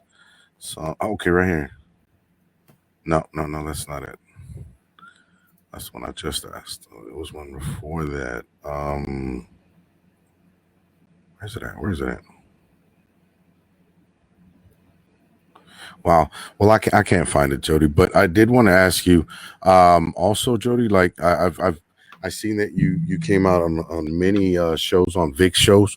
I can't remember each number of each. I know it was in the 50s. I know it was in the 90s. Yeah, I know think it I was only did maybe 3 on three. Vic. So, yeah. Oh, okay. But I remember there was one where you actually spoke about a book that you wrote. I think it was one of the very first ones that you did with Vic. I think it was the first or second. I think it was the second one that you did, episode that you did with Vic. And there was a book on there. Do you still have that book? Is there any way we can get that book from you? Which book is it it? was one of the very first ones. I just can't remember the name of the book, but I remember you were saying that you had, wrote a book. Where does she have? You can find it on Amazon. Just put my name in there. Yeah, I'd stop. Or do you have a site, or maybe on NADP? No, I mean, if you type my name in under like Joedy Cook books, it will bring it all off. There's a lot of them that's not available anymore. Yeah, I got in it with. I wrote. Was the 2 books, and I ended up going to court with this guy. He ended up buying the books, and this was before they actually got popular, and rewrote the books, his book, using my stuff, and then putting the book on Amazon and accusing me of stealing his work. What? Yeah, oh, yeah. Man. So I had to fight that, and we had proof that my book was published before his book was published, and his stuff was basically word for word that mine was. But he dogged me really bad on Amazon, and Amazon won't remove those comments. Damn, that's because we even threatened to sue Amazon over that, because we had proof that the guy lied. So I got really pissed, and I just made a bunch of books where you can't buy them anymore. Because believe it or not, you have a lot of people that steals your stuff, and they want to blame you. Right. I mean, just it's crazy. But I did a couple books on Dogman and Bigfoot that you can find on Amazon. Yeah. Okay. I think the one you're talking about was the Bigfoot book. Yeah, it might have been, because it was like it was like the second episode I remember. Yeah, it was Traces of the Grassman. Right. I think it was there. And then it was the Beginner Guides to Bigfoot Research. And what that one is a basic book telling you, if you're getting into Bigfoot research, this is the type of equipment you want to use, and how to make a cast, how to look for evidence, things like that. I think that's one. Those are available on Amazon. Okay. Thank you, Joedy. Yeah. That way we can look for them, and everybody listening can look for them as well if they like.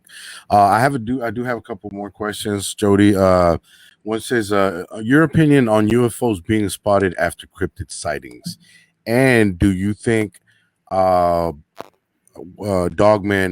can what did it say? If you think they can talk to people, like communicate with people.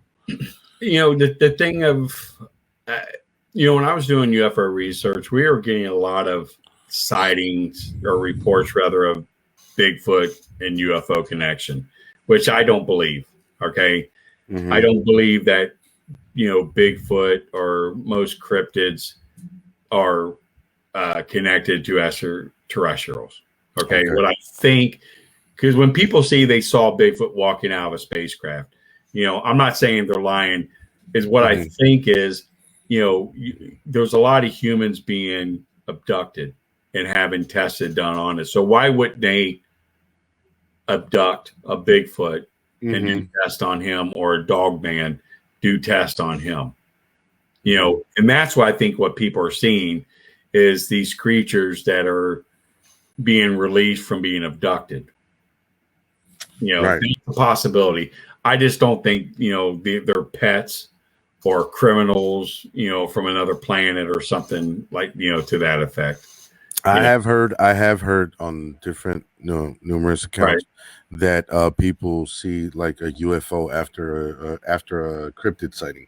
Or yeah, a lot of that. After And I or think- before the yeah, cryptid and I sighting. think that's what it is. And it's like with Dogman, I've talked to a lot of people that have seen either a blue flash before their Dogman sighting or a blue flash after their sighting. Like it's coming in or coming out of a you know, dimension or portal. Yeah, to that effect. Mm-hmm. Now I got another question. Joedy says, Joedy, do you believe in natural Dogman and a military DNA created? You know, I don't think so. I think Dogman is a flesh and blood animal that has always been here, because it's worldwide. You know, these things are all over the world. So it's a species of canine, just like Bigfoot is the species of primate. Okay, it's just something that's always been here. Dogman has never been noticed as much as the Bigfoot stuff going back in history. Okay, because I believe Dogman was the numbers were pretty small at the time, and it's just grown to what it is today. Okay, they're because you're moving into their environment, you know, building homes, construction, you know, logging, things to that effect. So you're seeing a lot more of them. And the fact of it is, you know, you get a lot more. Honestly, there's a lot more sightings of Dogman in residential areas and within the cities and things like that compared to the woods. You know. Yeah. Somebody asked if you thought they might have evolved from dire wolves. It's a possibility. You know, it's a possibility, but you have to look at it this way. This is an entity that's able to walk on two legs. Okay, dire wolves and regular wolves never walked on two legs. Okay, so we have a species of animal that's capable of walking on two legs, that's capable of telepathy in some cases. Okay, so possibility one. Okay, this is a freak of nature. Okay? A breed that just came, you know, that just came out of nowhere. Okay, yeah, that evolved.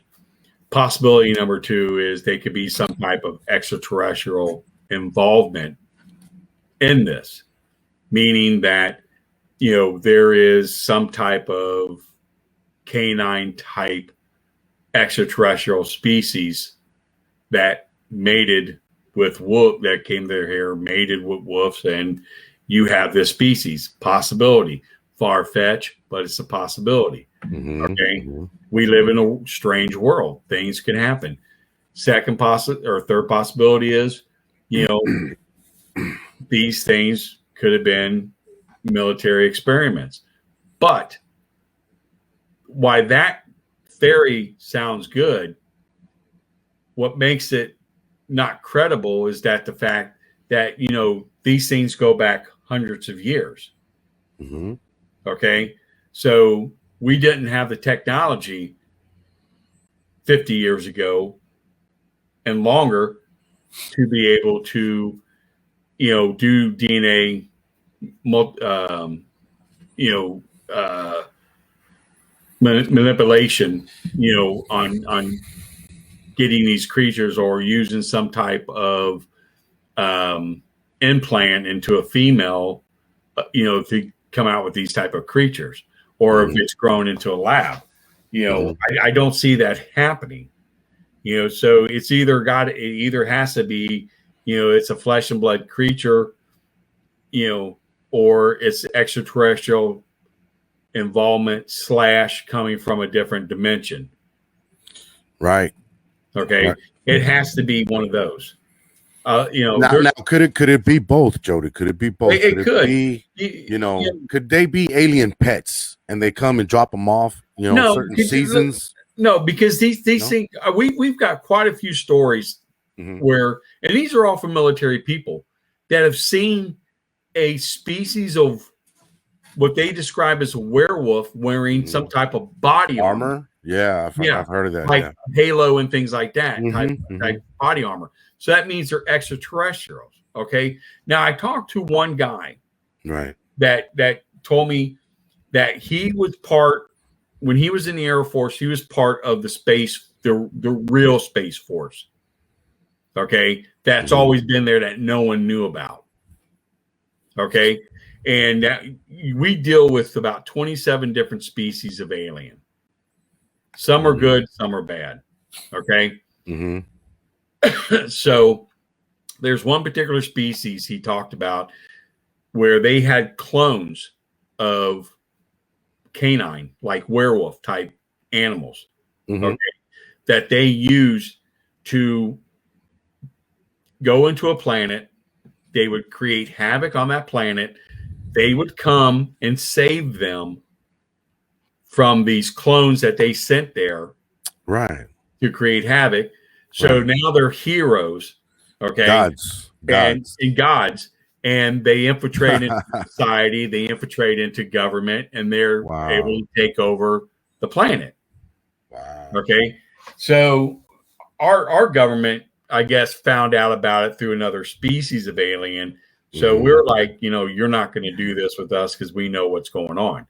Right. But at the same time, Jody, I think, this is me personally, okay? No, nobody else, just me. I think military does use them as soldiers. I do. It's a possibility. It could be population control. It could be whatever, but I really do. Here's my thing. I think they have something different than what's out there. I think they developed something that they're able to control. Okay. Yet they made that they're able to control. Right. Okay. I don't think they can take a regular dog man, or a Bigfoot and control it the way they want without putting some type of implant in its head, like the island of Dr. Monroe. Right. To where they're able to control it. So if they created their own DNA type weapon, then they have an on and off switch button where they're able to, kill it at will, to that effect. And it's a possibility, it's a possibility. Like I said, we live in a crazy world. Anything's possible. Yeah. I mean, to me, honestly, it's just to me, right? The government would use anything to control the population. Yeah, I like I said, I was in the Army, including aliens and their pets, which might be dogmen or. I was in the Army for 20 years, and I would not put anything past our government. Right. Honestly. Yeah. Hey, speaking of that, Jody, I was wondering. I've been wondering this for a very long time. Has any MIB visited you or any of the crew from the NADP? No, I can't say or contacted. Nope. I've had we had after Glenn's story came out, and we had it on the DVD. I had some individuals come to my house claiming to be Kentucky State Police, and they wanted the information I had on our Glenn. Okay. I don't know why they would have came out without an Ohio police officer being present, So I gave them the information because they had like a court order type thing, paper, which they took back with them and not allowed me to keep. So, I gave them information. So, it was nothing, nothing they could have used because, that was really about it. I had the NSA show up on one of my lectures, and my wife can verify that. The guy who brought me in to do the lecture will verify it. The people that were there will verify it. That they let me know they were NSA. They provided information they were NSA, and they just sat back in the back while I was doing the lecture, and they were taking notes and they were watching my presentation. Wow. So. But did you get nervous at all, or I mean, no, I was reasonable people. I don't think they were going to do anything. Oh, right. But did you know who they were though? Like, as in, MIB or? No, they were NSA. Oh, okay. Yeah, they were NSA. They, but like as far as Men in Black, I've never seen any Men in Black. I've seen black SUVs sit in front of my house. Okay, well that's one of them. That's one way to know. I've been followed by black SUVs. I mean, I to the point where I would make 4 right turns and 4 left turns, and they're following me. They're still following. Yeah, that's when you know they're following you. Yeah. To that point. So, I figure if there was something they wanted, they would make themselves known. But my thing is, this isn't a national security situation. So I don't see why they would want to hush it up. Right. Well, I've heard that a lot of people that get really, really close to the truth, bless you. Anybody that gets close to the truth, they visit you. They pay you a visit, and they tell you to back off, or else. That's basically. I've had my registration on both my cars erased through the DMV. Wow. Okay. Huh. And both my cars within 4 days got $130 ticket for each vehicle because they were past due on getting the sticker for the car, which oddly I had paperwork for and canceled checks. Okay. Which the DMV would not accept. They said we have to go by what's in our system, and our system shows you haven't had anything in the system for 18 months on both vehicles. Well, one of them was brand new. So, I mean, it was just crazy.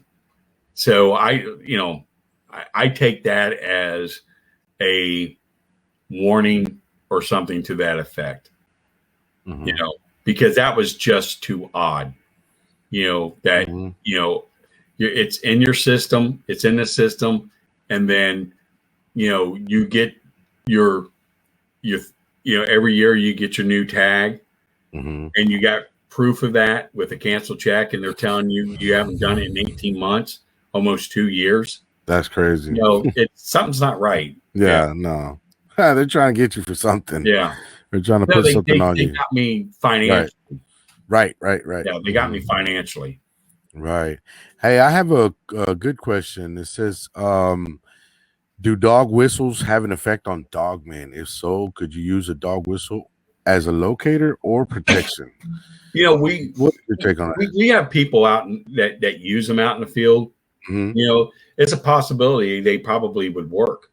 And even those high pitch whistles that you use for like attackers would probably do the same thing, to that effect. Because if it's irritating them, they're going to want to find out why they're being irritated.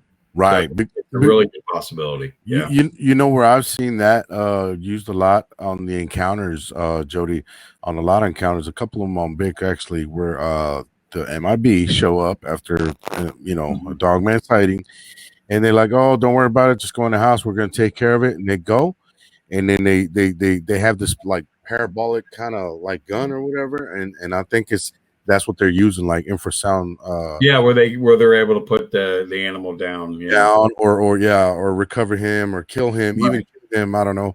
So, blow his eardrums out or something. Like that. Yeah. And then they say, okay, it's all taken care of. Don't worry about anything. Boom, boom. And one of the guys on the encounter said, hey, well, what'd you do? Like, what's all this? I mean, what?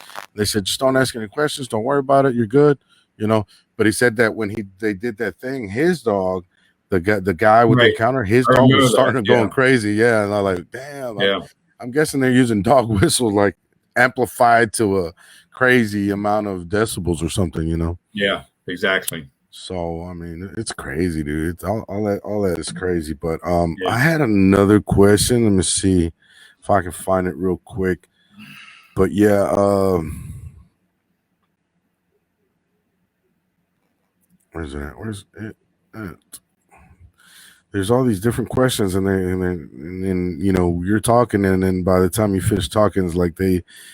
Yeah. Okay. Here's one. Is a good one. It said, "Has Joedy heard of the home video of a dog man murder on a child in, I think it was Bakersfield, California? I have the video saved. I'll share it soon."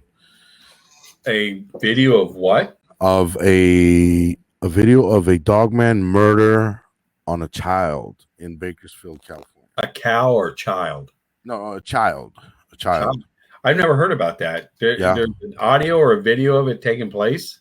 I think it's a video. He says he's going to show it in the group later or whatever. He said I'll share it soon. So yeah, that was Anthony Metcalf. Yeah, Anthony, if you could share that to the group, man, that'd be great. Thank you, man. Is this something that happened recently?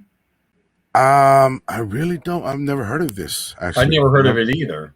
Never heard of it. Not in Bakersfield, California. No, the one I heard of was that one where that something we're thinking is a dog man snatched that kid out of his backyard, jumped the fence, and drug him up a steep hill.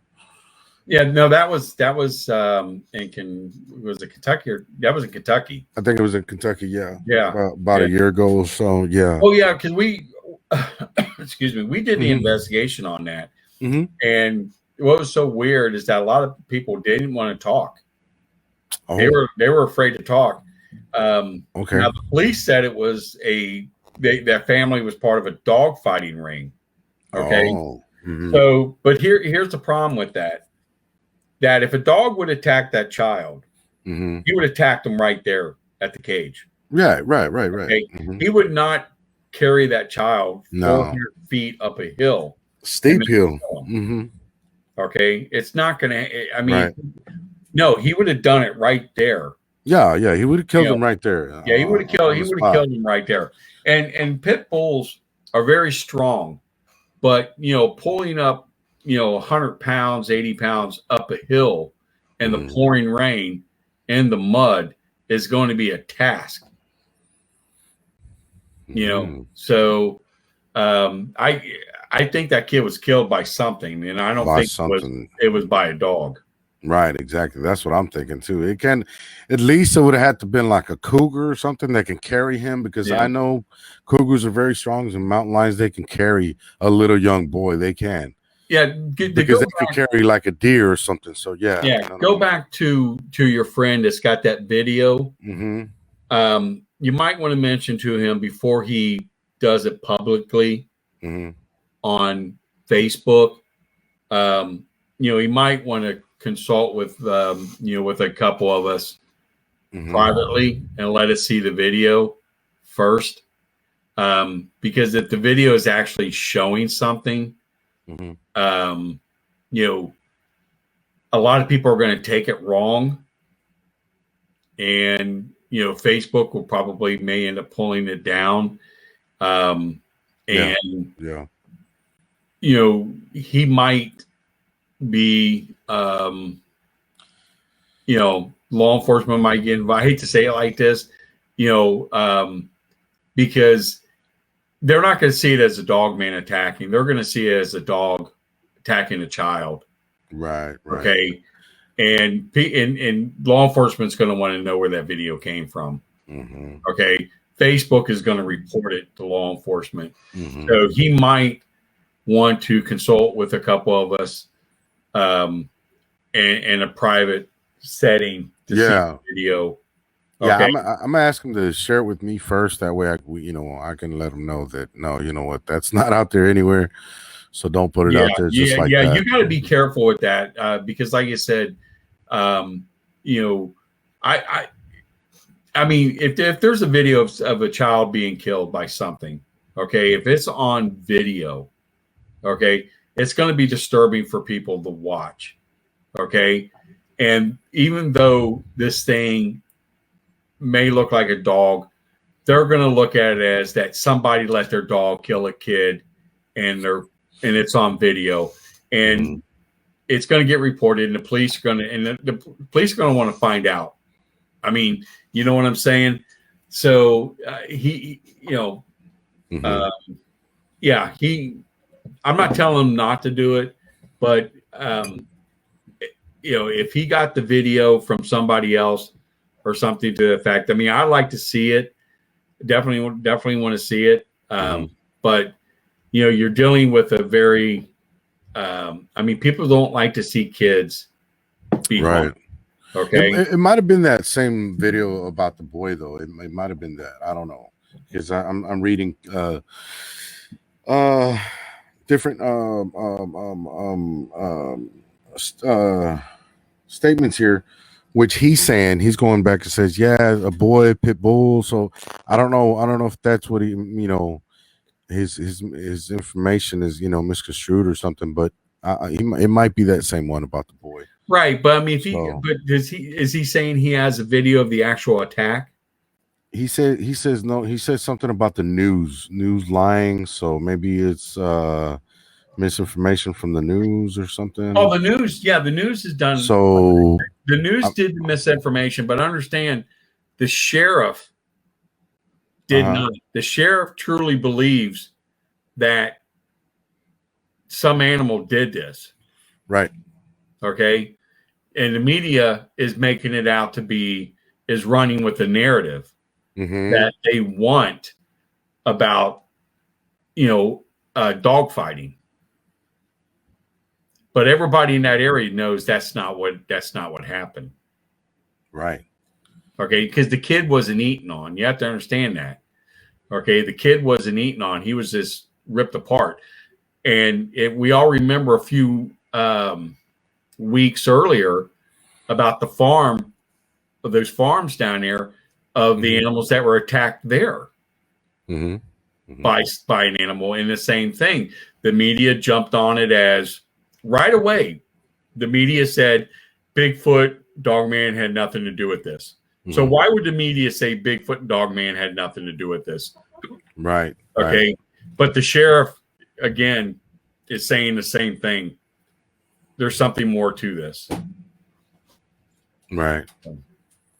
Yeah, I think there is something. There's a lot of information that they're holding back from us. They're not letting us know. Right. Because the horse, I got a picture of the horse. The horse that was killed. And there's a large canine track right next to its head. Wow. Very big dog print right next to its head in the mud. Wow. Yeah. So that's odd. Do you have that anywhere in your group, the NADP group? I can send it to you. Okay. Yes, please. I'll. Is it okay if I can post it on my group? Yeah, I don't mind you posting it. Okay. But yeah, I gotta. Let me find it here and I'll send it to you. But yeah, you can see, the dog print right there next to the head. So yeah, and the thing of it is, it's like we did this case up in Akron, Ohio, it's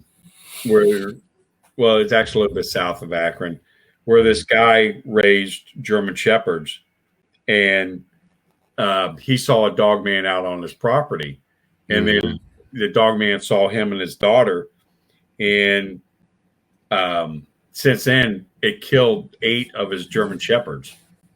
Wow. Yeah. I mean, I've got a video where it busted the back part of the kennel out and killed the dog. And you see the bite mark on the back of the dog's neck.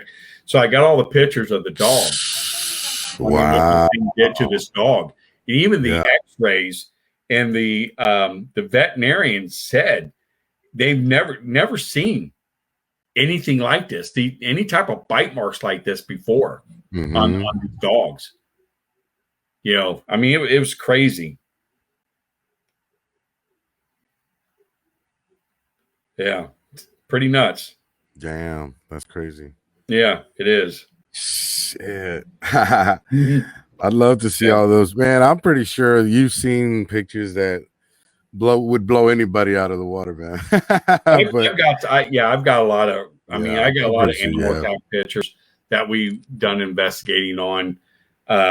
It's like I got this one out of Utah, which is a little bit south of the Skinwalker Ranch, where this and they describe it as a werewolf was attacking the horses. And I mean, these horses got scratch marks on the front and on the back. So obviously the horse were fighting this thing off from the front. And 5 claw marks going down the chest of this horse. Yeah. I mean, it's nuts.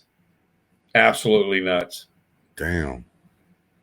I've seen one where I can't remember where I saw it, but I think it was on.